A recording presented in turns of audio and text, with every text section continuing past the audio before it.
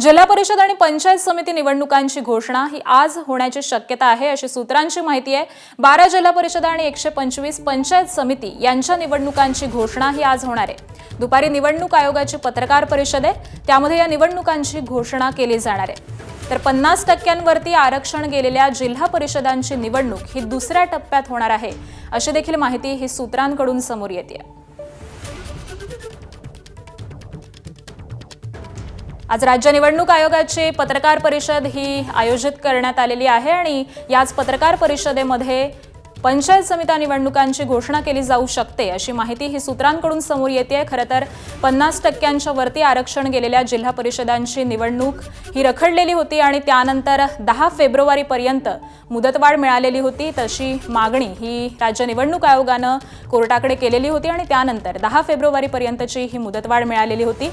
त्यामुळे आता या निवडणुकांची आजच घोषणा केली जाऊ शकते अशी सूत्रांकडून माहिती मिळते। 50% वरती आरक्षण गेलेल्या ज्या जिल्हा परिषद आहेत त्यांची निवडणूक ही दुसऱ्या टप्प्यात होणार आहे अशी देखील माहिती आता सूत्रांकडून समोर येते।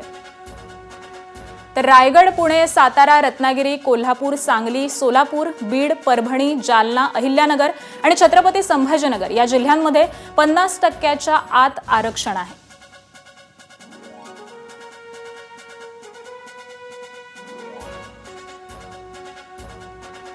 तर या सगळ्या जिल्हा परिषदांच्या निवडणुकीची आजच घोषणा होण्याची शक्यता ही वर्तवली जाते।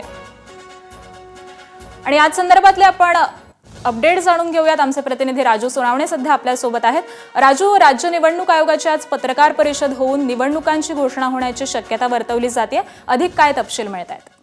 पाहतो आपण महानगरपालिकांची रणधुमाळी सुरू आहे। शेवटच्या टप्प्यामध्ये सगळा प्रचार आलेला आहे। मात्र आज राज्य निवडणूक आयुक्त जी आहे ती पत्रकार परिषद 4 वाजता घेण्याची शक्यता आहे आणि त्यामध्ये जिल्हा परिषद आणि पंचायत समितीच्या निवडणुकांची घोषणा करण्याची शक्यता आहे।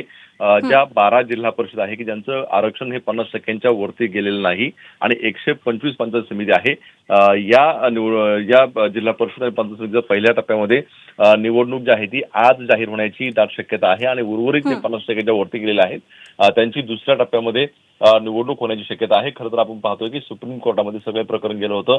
मुदतवाढ मिळाल्यानंतर तात्काळ जे आहे ते राज्य निवडणूक आयोगाने हे पाऊल उचललेलं आहे। त्यामुळे आज ही घोषणा होणार आहे।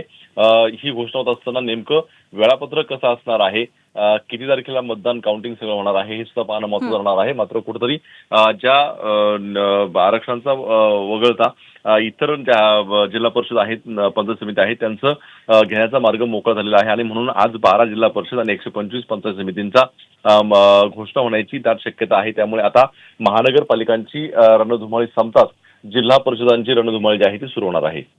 नक्कीच, धन्यवाद राजू या सविस्तर माहितीसाठी। एबीपी माझा, उघडा डोळे बघा नीट।